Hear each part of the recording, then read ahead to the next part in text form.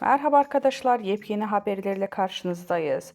Hande Erçel reklam yüzü oldu. İtalya markasının İstanbul'da düzenlenen etkinliğinde İngilizce konuşması ünlü oyuncunun sosyal medyada aksanı nedeniyle eleştirilere maruz kaldı. Pınar Altuğ olumsuz yorumlara tepki gösterdi. Önceki akşam katıldığı davette görüntülenen Altuğ, Erçel'e zorbalık yapıldığını dile getirerek şöyle konuştu. Ne zamandan beri birinin aksanını eleştiririk hale getirdik? Hangi hakla? Önce kendinize dönüp bakacaksınız. Hande çok güzel, çok çalışkan ve başarılı bir genç kadın. Ben çok beğeniyorum.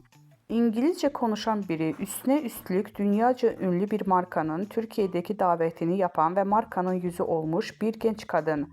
Başarısıyla gurur duymanız gerektiği yerde hakaret ediyorsunuz.